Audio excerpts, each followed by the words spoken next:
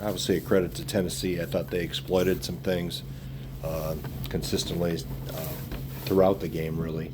We could never get a handle on ourselves defensively, and I think it showed. We got a lot of work to do defensively, which I thought we had a lot to do, but to get it exposed like this is, in the long run, will be good for us. And I'm proud of the guys how we battled. I mean, we were there and could never get a stop or a rebound or possession without a foul when we needed it the most. So learn from this one. We'll break it down and do a lot of teaching and make sure we're getting better quickly, because we obviously turn the page and get ready for what's coming next. So this group will bounce back and learn and continue to improve as we go through the non-conference schedule. Questions? Go ahead, Jeff. Greg, you mentioned the defense. Did it start with a guy getting beat with dribble penetration and the rotations not being what they needed to be? Well, it was a little bit of everything, or a lot of everything. There was under ball screens. We went under. We lost guys at times, especially in the first half. I thought 15 points on their first 10 possessions gives them a lot of confidence. And then when you get to a point where they got to make tough shots, like Connect did down the stretch, and he's a heck of a player, which we knew coming in, but we had given him enough clean looks early to get going a little bit, and then when he has to make plays, he can. But yeah, it was off the dribble. It's again, going under a screen, not sending the ball to the help, straight line drives, defensive rebounding, fouling when we, some of that's where the ball got driven to, giving up baseline. So a lot of things, everything that happened is correctable, and we'll continue to teach and show them how it needs to be done. But I think that's one of the benefits of playing this type of team this early, is that we get shown a few things that maybe we in other games wouldn't get exposed as easily. So we'll grow from this and be better because of it. In the back, Coach. Coach, it seemed like you guys threw a lot of different looks at Dalton Neck today, and I just wanted to ask, what was the game plan, and also what made it so difficult for you guys to guard him overall? Well, he's a really good player. I mean, that's why he was pretty highly sought after on the portal. He moves well without the ball. They use him in different positions. As you can see, they posted him some, use him in there, run him off screens. Just thought we made, either mistakes in switching. He was we lost him on an out of bounds play. He got away from us. And you let a guy like that get going a little bit and get a couple clean looks, and now the basket seems really big for him. And obviously he gets to the line because he's big and he's physical and he's a really good athlete. So yeah, I mean, he's every bit as good as what I thought he was on film. So he's a really good player, but you got to do it collectively. We got stretched out too much at times too. When we were trying to guard him off the dribble, we were hugged up on our man out of our gaps, and makes those gaps and those driving lines bigger for him. And with his ability to get downhill and the size he is, makes him that much more of an effective offensive player. Go ahead, right up. I noticed in the first half, all of the possessions started out with either Hepburn or Store, and then the second half it seemed to be a total shift to more Wall and Crowell. I want to know your reasoning behind the shift and if it turned out the way you thought it would. Well, I don't know if it just how a possession ended up. I mean, the calls were where we were going. We wanted to play in the paint, which I thought in the second half we did a little better job of. We didn't finish well enough in the paint. We've got to be better in there.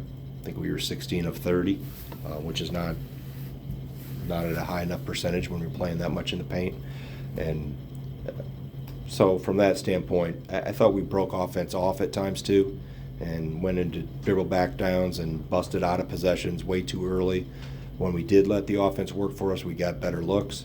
And I think that's part of the reason the second half we go 2 for 13 from 3. The ones we did take were tougher shots because we had broken off offense, and we've got to continue to put the ball inside in Steve and Tyler's hands, and they got to finish, and we got to make free throws. You got to when you get there, you got to convert, and they did, we didn't, and that's part of it. But the defensive end, I think, is my biggest concern, because we were too porous, and that's we got to get it. It's the first time it's bitten us like this, You know, we gave up too much off the bounce Monday night too.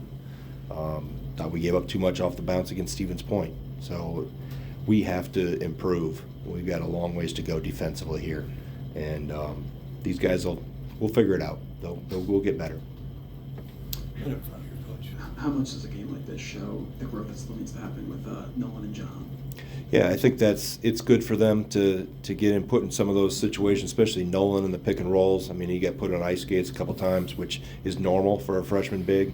I thought the physicality on the glass showed at times that he's got to be more physical. I thought John did a really good job. I thought he, stayed true to the rules, didn't break very many of them that I saw.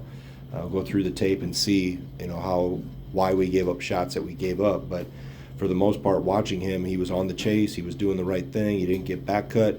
And for second game, so to speak, of his college career to get, this experience of Garden Connect or Garden Vescovi, I think that's good experience for him because he'll learn from a lot of things that happened tonight. Ben? Greg, considering all the pieces you have back, are you surprised by some of the defensive breakdowns this early in the season, or is this just kind of part of the course? Well, Get it's back not in the always game it's not always per se on one specific person. One person can get maybe beat off the dribble, which is going to happen. But what happens behind that? And as I mentioned earlier, where the driving lane's too wide in terms of we're hugged up at 25 feet on a non-shooter, and we create a bigger gap than we need to. So it's those things, it's the positioning, it's the discipline to stay in a stance the whole possession, and clean it up, finish it with a block out and a rebound. So there was many possessions where, we guard for 26 seconds and then give up an offensive rebound, or guard for 26 seconds and then foul on a baseline drive that we shouldn't be giving up baseline drives. So just simple things that are all, like I mentioned before, correctable. And can improve. There's nothing out there that happened that we can't get better at, and we won't try to get better at. Coach, your veterans have been through this, but when you have like Tennessee and Providence back to back on short notice, is that something that will help your young guys before you really get into the grinder in January to show them what this is like? Well, this was a grinder tonight. I mean, and it'll be a grinder Tuesday. I mean, it just, when you're playing, experienced teams like Tennessee is, I mean, they're better than us right here November 10th. The goal is by how much better can we be by November 13th or 14th, whenever Tuesday is, and then December 10th and January 10th. So, yeah, these type of games challenge you because it exposed things. We had a lot of things that we didn't do well. And if you're playing, some other school that's not at the level, which, I've never been a fan of doing a lot of those, but to have these type of games this early, it's gonna force us. It's gonna force growth really fast. So it's good for us. It doesn't feel good right now, but it will. This will help us. Right over here, Coach. Greg, Tennessee was able to get a lot of offense late in the shot clock and get some of those second chance points. How Right. were they able to do that, and how is that something you can correct moving forward? Well, it's not giving up dribble penetration when we do switch in late shot clocks, not letting an offensive player go back to their strong hand, send them towards, the other three guys, not the open lane line, and then also, finishing possessions with rebounds, blocking out, go and secure the ball. I think there were six second chance points in that 10 to 4 minute mark, which was kind of the deciding time. It was tighter at 10 minutes to go, 1 or 3 point game, and then it was those little plays. It's typically the game of basketball is never about any wow plays. If you look at the course of an outcome, it's all those little things added up over, really, even before the last 10 minutes, we had plenty of things that we didn't do how we need to do, but those little things get exposed, and those little things come back to bite you when you get against good teams. And one more for Coach. Ben? Greg, you got him in the bonus fairly early, I think the last 9-ish minutes. Do you feel you guys did enough during that stretch to get to the line, or did you leave some opportunities out there in that stretch? I'll have to watch the tape and go possession by possession with it to really give you a true answer, Ben, but probably not, And then when we did get there, you got to convert, you know, or what we were in the second half. 9 for 16 with the front end miss, so that's 9 for 17. No, we got to be better.